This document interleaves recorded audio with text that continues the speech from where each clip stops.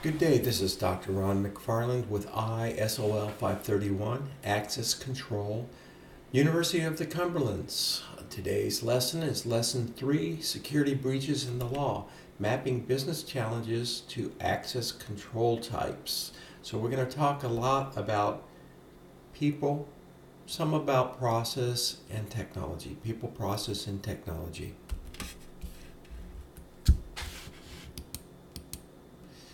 Okay, getting down to the top of the slide deck that's available for you in Blackboard. Here's the very first slide. Let's talk about law and data breaches. Federal and state laws act as deterrents to attackers, provide guidelines for us as cybersecurity experts. Second bullet down, organizations are required to take steps to protect sensitive data. And there's a lot of discussion about how that's done as well. So we'll chat about a lot of these aspects in this presentation. An organization, on the third bullet, may have legal obligations to inform stakeholders. And in fact, that's best business practices nowadays. And there's some certain legal requirements depending on how your company operates in information technology, whether you're servicing the Department of Defense, or you're dealing with PCI compliance, or you're dealing with other state and federal agencies, or dealing in international business. Those laws are specified for how the organization behaves in terms of cybersecurity and cybersecurity incidents. Two fundamental laws that support our country, and these laws are foundational to other laws that have since been developed. The Computer Fraud and Abuse Act, that was formulated and approved by Congress in 1986, and it's an extension to the Comprehensive Crime Control Act from 2 years earlier in 1984. That later on, the Digital Millennium Copyright Act, DCMA, which prohibits unauthorized disclosure of data by circumventing an established technological measure, if you will. Now that was built on the CFAA. Again, the CFAA and the DMCA are foundational to other subsequent laws, so read through that in the textbook. Also, state laws, those were previously federal laws. Now, state laws have built upon what is needed in the state, again, defining what personal identifiable information is, what the roles and responsibilities are for organizations, and what consumer rights are regarding cybersecurity and the theft of data. California has a comprehensive law, California Identity Theft Statute, and that requires businesses to notify customers when personal information has been disclosed. And if you're doing business in another state but you're still dealing with California, you'll need to comply with this. California also has a more comprehensive GDPR-like law going into play pretty soon here. So if a company, an organization is doing business with California, they'll have to comply with that. And by the way, GDPR was put in place about a year ago, and that's an international European law. So if you're doing business with European constituents, you'll need to comply with GDPR as well. So the last three bullets basically refer to check out your state.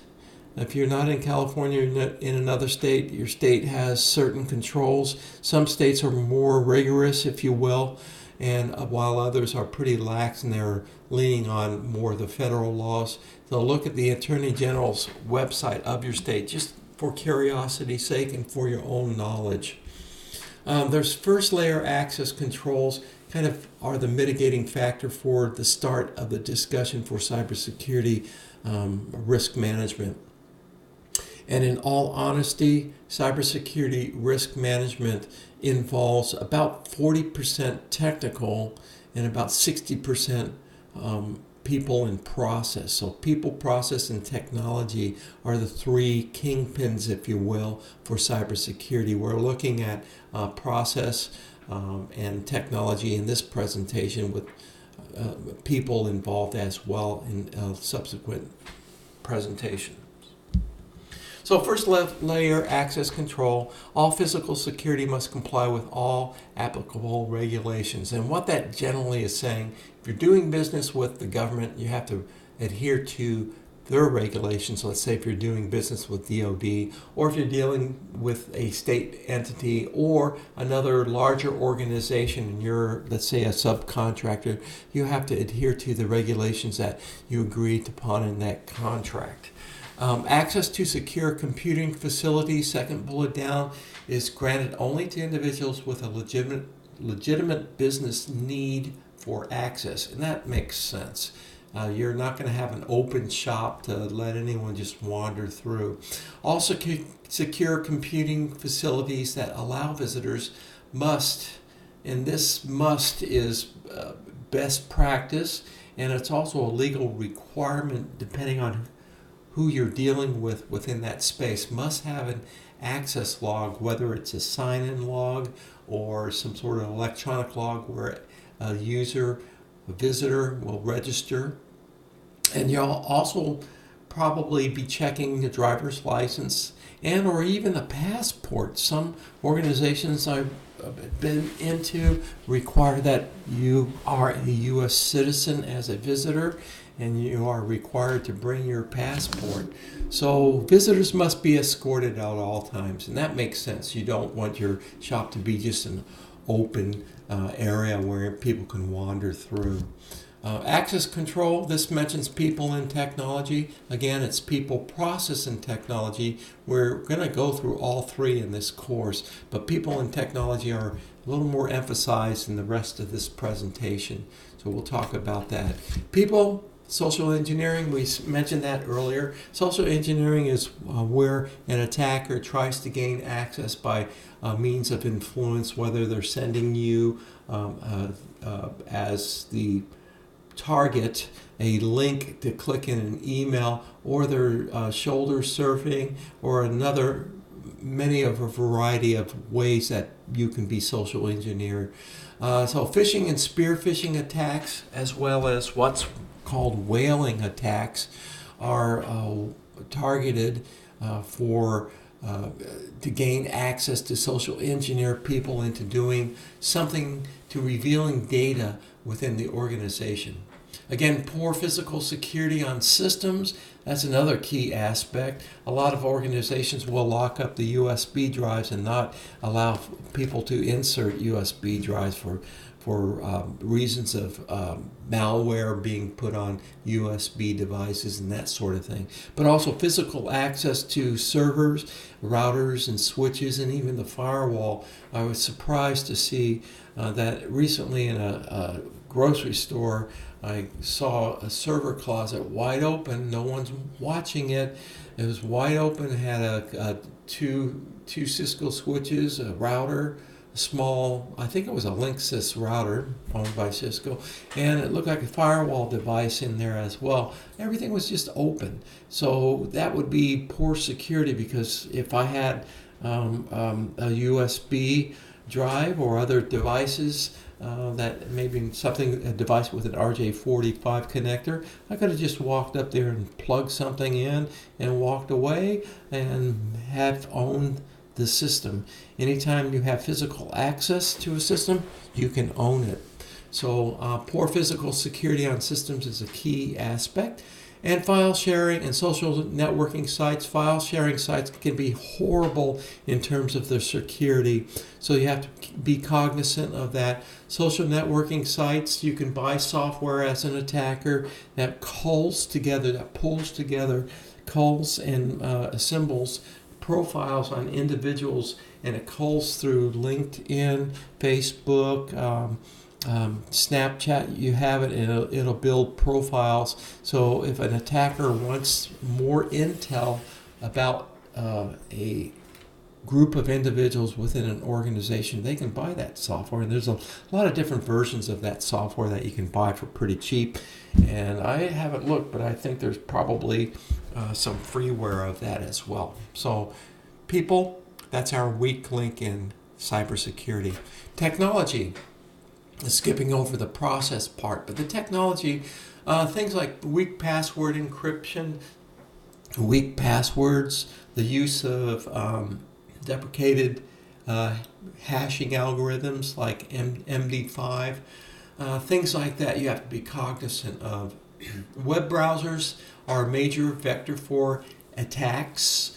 For example, SQL injection is still in the top 5 the number of attacks, and that occurs at the browser level. So you can block browsers, and also deeper into the system you can write secure code to prevent those sort of attacks.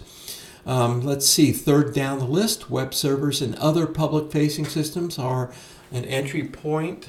Again, that speaks to the need to have segmented networks where you're doing IP addressing ranges and you're also using VLANs. A lot of times networks aren't designed properly. They were sort of hodgepodge together over the last 15-20 years that a small business was put together, but they're not intended for security. So another revisit at security is always necessary and needed.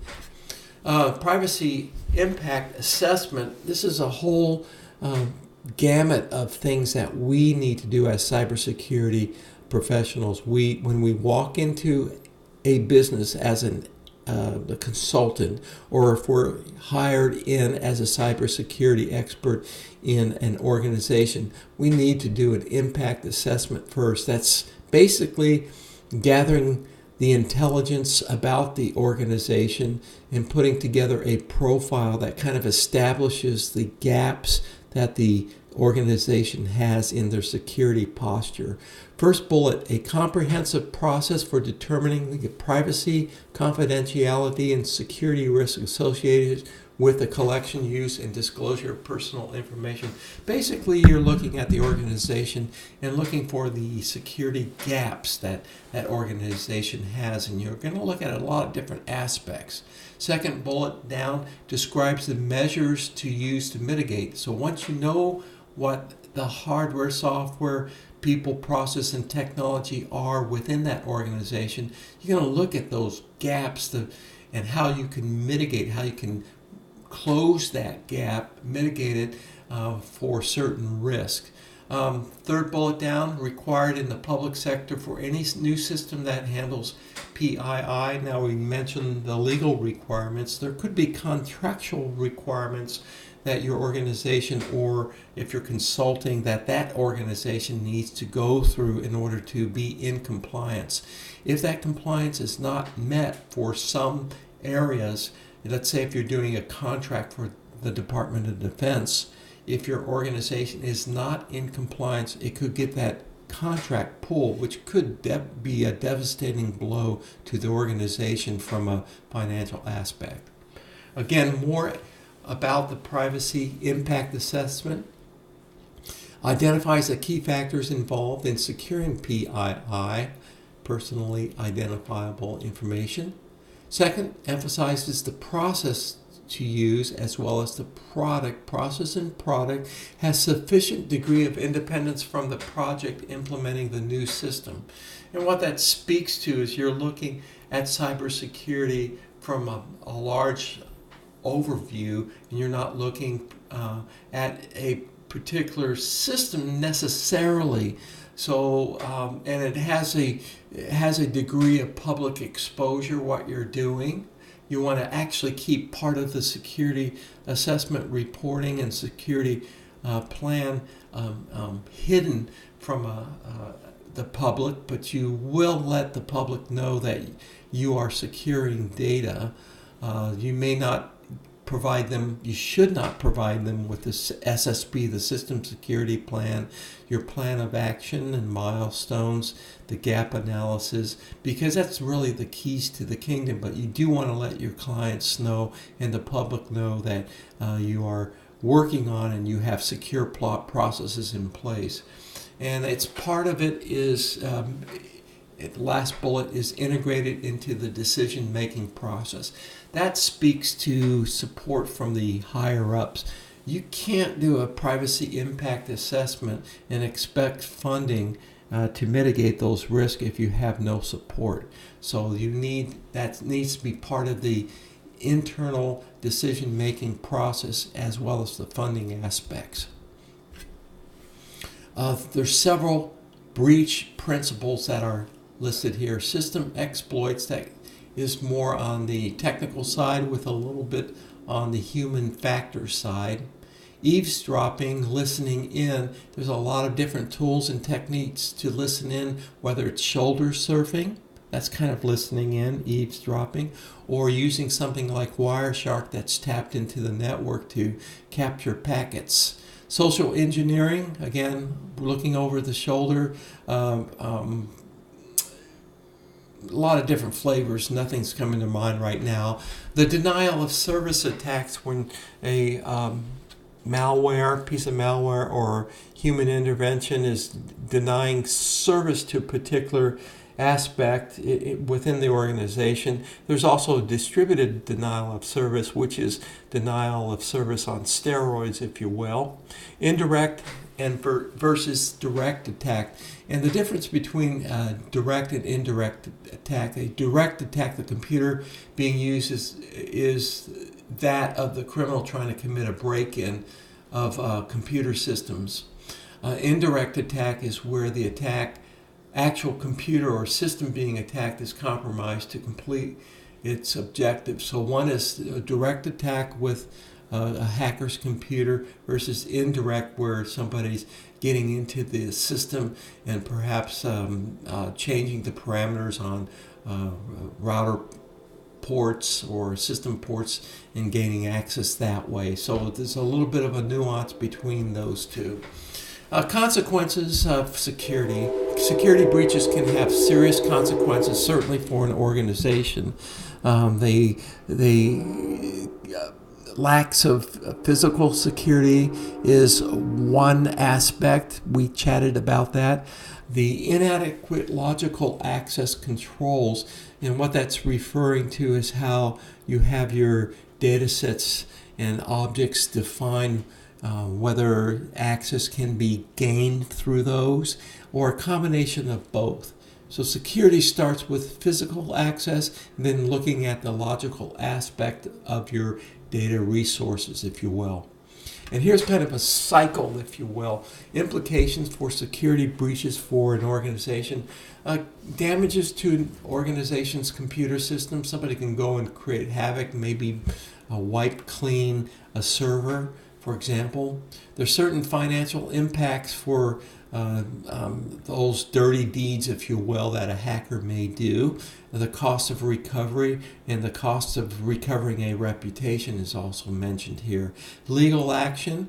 You may be at the result of legal action being taken against you. If you think about Target, they've spent over $600 million to date, maybe even more by the time you listen to this, of legal recourse in order to recover from a significant data breach a couple of years ago. So that's not only financial, but the legal actions taken against the corporation. The cost of contacting all the individuals, that's part of the requirements.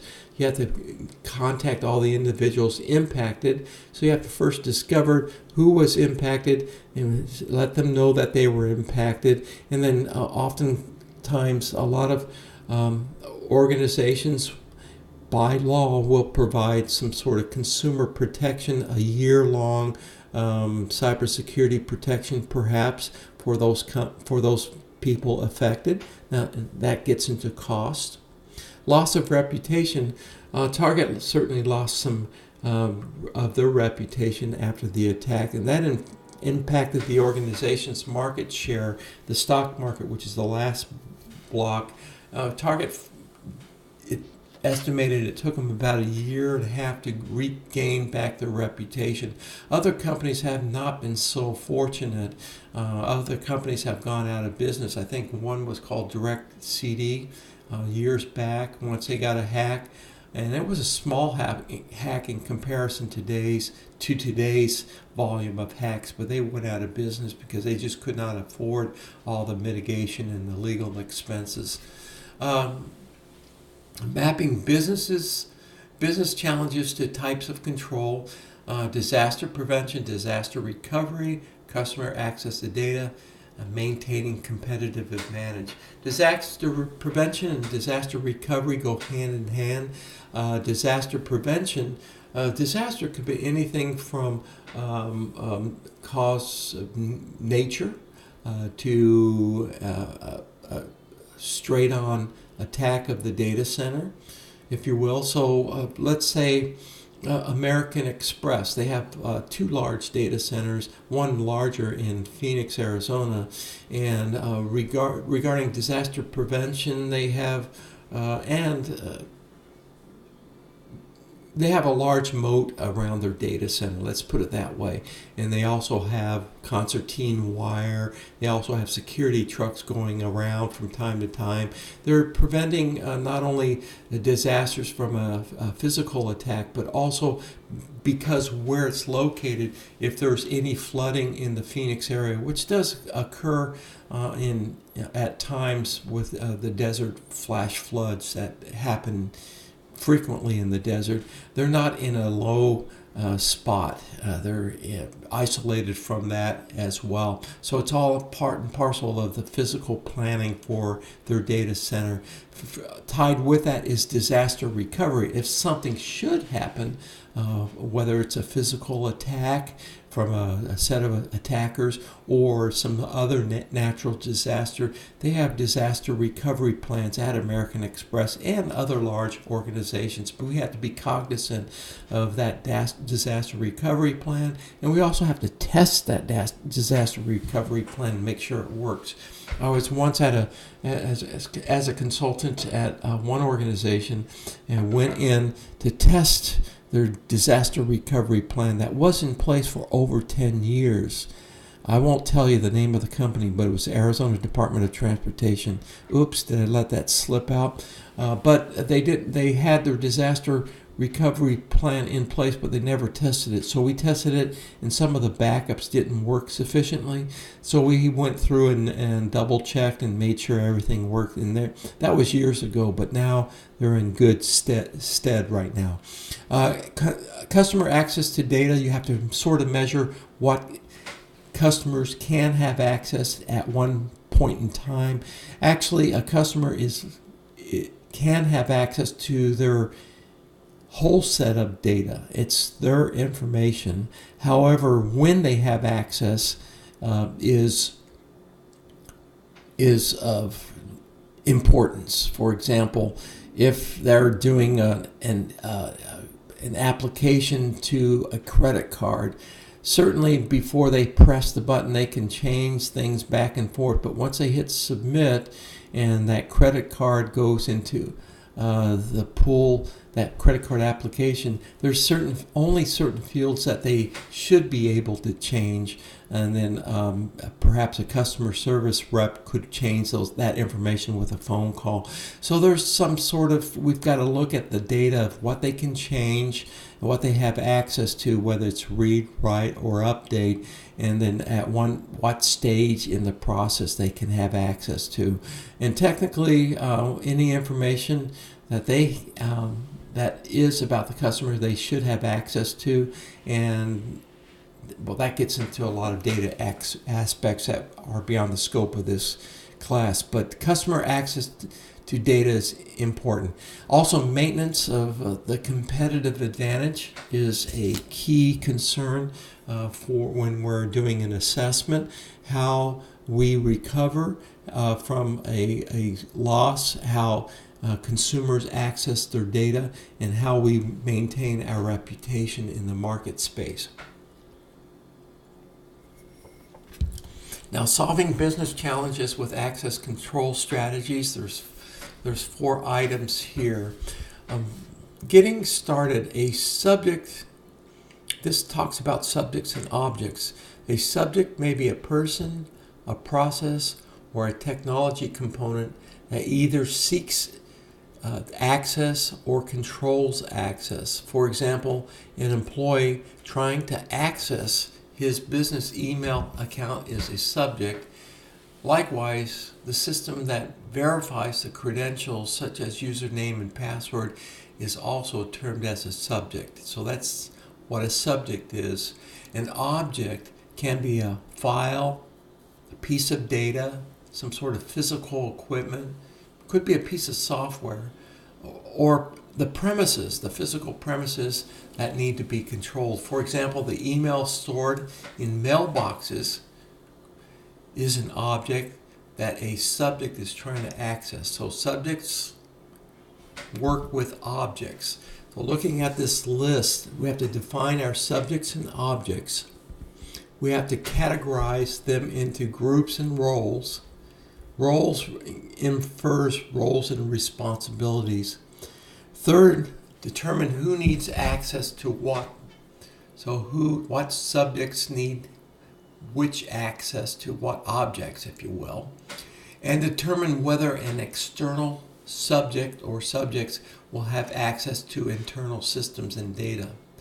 External and internal, so we're crossing boundaries right there. And whenever we're thinking about crossing boundaries, we're talking about firewalls and VPNs and other kind of security that we need to particularly put in place between subjects and objects. Administrative strategies. How will new accounts be created and how will new access levels be granted? We have to think that through and document the process. Again, people, process, and technology. We're looking at the people and process, that's the who and the how, and then we'll look at the technology and how that will be implemented. Second bullet down, how will accounts be removed and access levels be lowered? Well, you'll do that. Let's say if a company has multiple departments, when a person transitions from Department A to Department B, their roles and rights and responsibilities will change. How will you document that process and how will that technically be done? Or if a person is terminated or quits, you'll need to revoke their rights pretty immediately so nothing happens with the system. And how will you document that process? How will that documentation then inform the technological solution to that? So that's part of the people, process, and technology, if you will. Access control types. There's three general types: the administrative control, the technical or logical control, and the physical control types, if you will. Administrative, like administrators. The technical logical control, maybe user groups, and the physical control to those area access control types. There's a couple of different slides here. We'll talk about discretionary access control, mandatory access control, and a general classification called non-discretionary access control. Later on, we'll talk about RBAC and what that is, and all of these can be implemented in Microsoft's Active Directory, which is probably the predominant way of managing a lot of security. There's other freeware and other solutions out there, but Microsoft Active Directory is one of the predominant ones. Discretionary access control, we'll look at that first. DAC is a means of restricting access to objects based on the identity of subjects and or groups which they belong. So a subject is like a person, the identity of a person. And down in the example, a DAC is typically the default access control for desktop operating systems, not so much in a server environment. For example, what this is basically saying is if I own the rights to the payroll system, I can discretionarily give you read-write control to that payroll system based on my discretion. And that's how it's a little more old school, if you will, but it's still being done in a lot of companies. Mandatory access control. Now, this is based on a person's label. Like if I have a top secret clearance, I can then access, given the right permission to a data set, a top secret data set. So think of Mac as a label, if you will. So MAC, if I'm reading this straight from the slide, MAC is a means of restricting access to objects based on the sensitivity as represented by a label. Sensitivity like confidential, secret, top secret, those would be federal government type of labels. So of the information contained on the objects and the formal authorization or clearance of subjects to access the information. In other words, just because you have top secret clearance, somebody still has to give you authorization to that data store, if you will. So there's those two pieces. The label is tagged on an object. Let's say if it's top secret, I have to have at minimum top secret clearance on who I am as a, quote, person or an object. So the subject and object have to be paired up that way, and somebody has to give that authorization. Also, non-discretionary. This is a little broader category over the mandatory access control or the discretionary access control. So non-discretionary, without discretion, it's kind of the opposite of the DAC. It provides operation system protection. It's based on the security administrator control, and it ensures that the system security is enforced. We'll look at an example in just a second. So those are the three bases. Now, how non-discretionary can be controlled is this whole list of items. Access control list, access control matrix. By the way, it's a matrix of access control lists. A capability tree. Content-dependent access control. Think of what content is on that particular data store when you're looking at that. It could be a payroll file with a certain area, content dependent. Constrained user interfaces. Now, just a quick way of noting that. Constrained user interface, you could have a generic user interface, and then based on the user's authority, you can mask out, gray out, or even remove buttons from that interface. Role-based access control, we'll look at an example, as well as rule-based access control. Role, what a person does versus the rules that a person has to comply with. Temporal-based access control, which is time-based, and we'll look at some examples for that. ACLs. ACLs is a method for specifying which users or subjects are allowed access to a certain object or file. For example, a user may provide read-only access in one of his or her files to user B based on an ACL, if you will.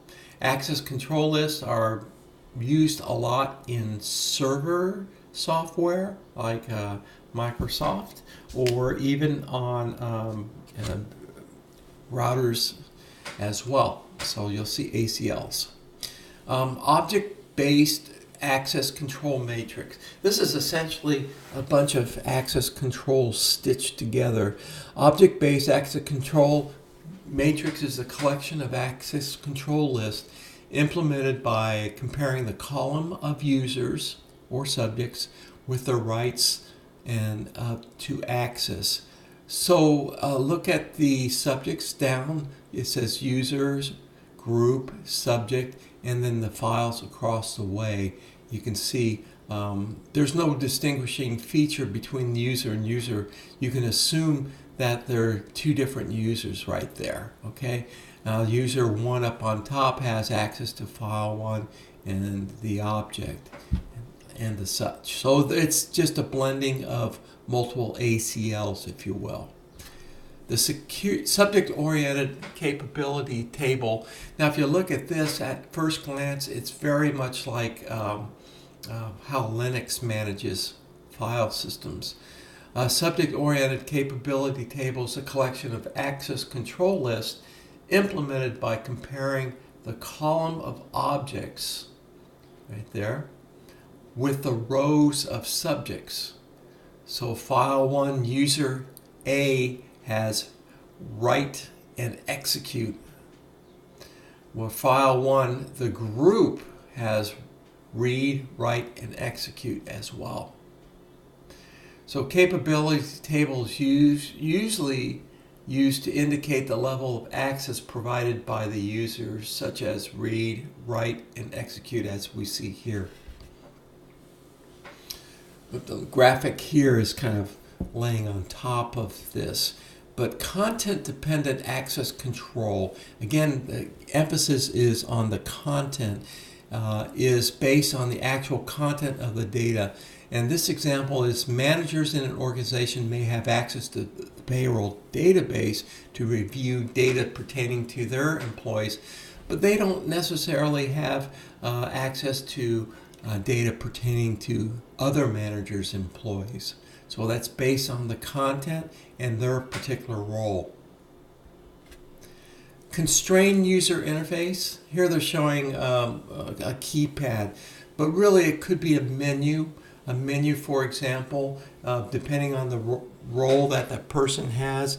If there's a button that says delete, perhaps that person doesn't have delete authority, so you'll either mask, gray it out, or remove that button from the interface depending on the roles and rights. Or maybe they just have a read-only to the database, so all they have is a scroll button versus any kind of updates or change buttons that would be on a menu.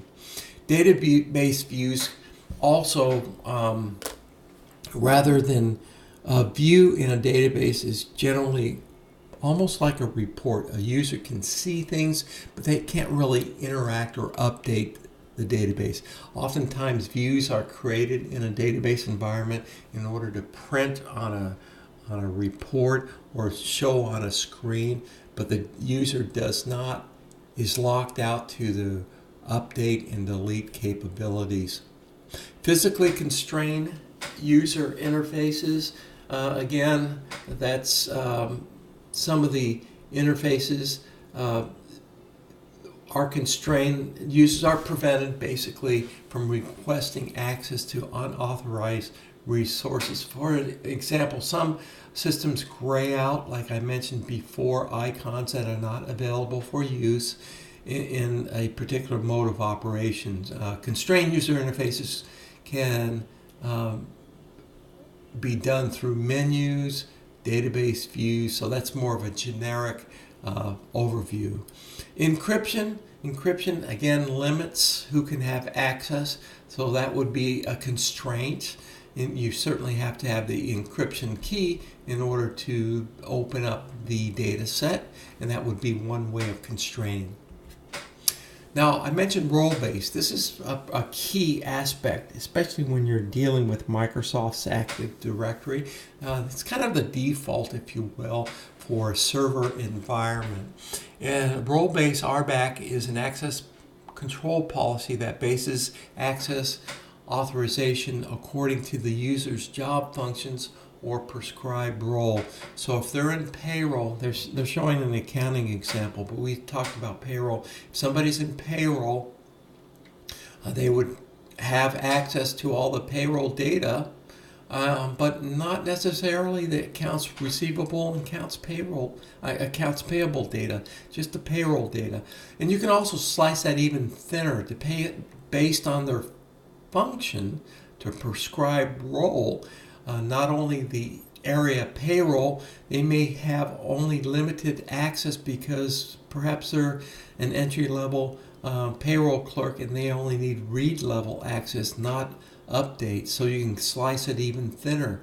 So role-based access control is a primary way that a server environment maintains access to the data sets. In rule-based systems, access is based on a list of rules created or authorized by system owners that specify the privileges granted to users, such as read, write, and execute. So I was mentioning back on this screen, role-based, a person's role, their role in payroll, can also be further constrained by a rule because of their access. They may only be able to read. So role-based, what the role is, and even slicing it down, what some of those rules are within that organizational unit. Temporal, time-based could also be another aspect. What time? You may have that payroll clerk working from 8 a.m. to 5 p.m. And so you'll want to have a time-based, perhaps lockdown on the payroll access. Let's say you say from 7 a.m. they can come in early, or 6 p.m. leave late, and that's their window based on time. And otherwise, you lock out their access. If they need to come in on off hours or perhaps overtime, they need to get that approval process in place, so the system administrator will grant them that access and off hours. So we have 3 layers really here. You have the role-based, what they do as a job function, the rule-based, which even narrows the scope, and you can even put a time-based constraint, temporal-based isolation on that particular person or that group of people. So access control principles also involve the separation of responsibilities.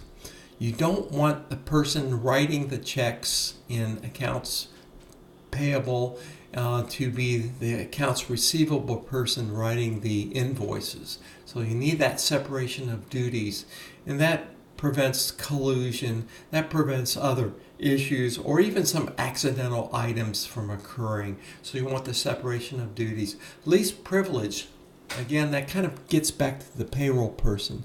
You want to give that payroll person enough so they can do their job, but not enough where they can get into other things. So you're giving them the least privilege to data stores that they can get their job done. Also, the need to know. Perhaps that payroll person just needs to know what the payroll pay period amounts are, and not the total accumulation the year to date. That could be a need to know feature. So that may be something of consideration when you're designing your access control rules to your data sets and your server databases. Input-output controls. Likewise, input-output controls dictate a user's ability to interact with devices and data. What they have input and output access authority to, you'll need to define that. In the second bullet down, the guiding principle for input-output controls is the same as everything else. Users should have the least access possible to perform their job functions. So that is also another aspect of setting up security. Third party, you may be working with third parties in your company. Maybe somebody is a contractor or a vendor that's doing some particular work for you. You have to set them up with certain restrictions. This list of 5 bullets here, contract strategic partners and legal requirements. Now that's kind of a muddy definition, but basically the contract that you have with the third party, which has gone through the legal requirements by the time you get to set it up, that stipulates what the contractor or third party has rights to, access to. It gives them, the second bullet, the authentication methods. That you may be more defined in the system administration area.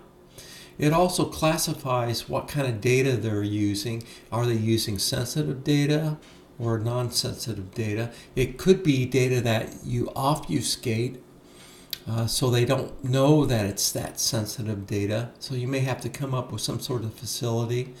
There may be some other data storage and data recovery plans that you need to do for a third party. And that's usually also stipulated in the contract. The means and methods for sharing data is also discussed or should be hammered out between the third party and the organization. The monitoring and of access and violations. This speaks to how you're going to monitor events and perhaps some sort of firewall rules that you're going to set up, and those firewall reports that need to be reviewed and looked at. Monitor and access the violations that have occurred. You don't want a third-party contractor, like in the example of Target. The Target breach was done by an air conditioning contractor.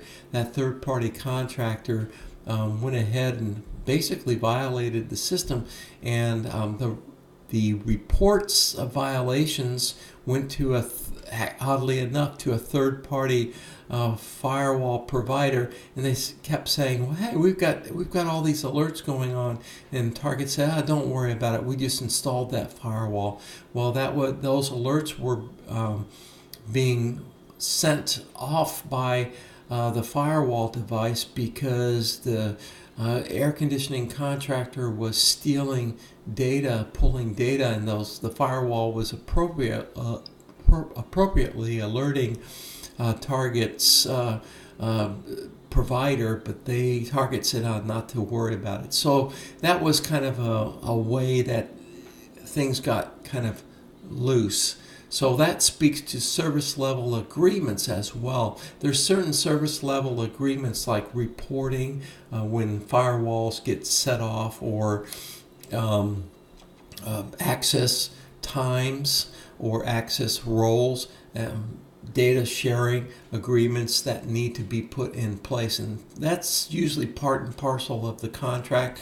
But if you're setting up an environment, you may run into some additional service level agreements that you'll have to vet through the legal channels.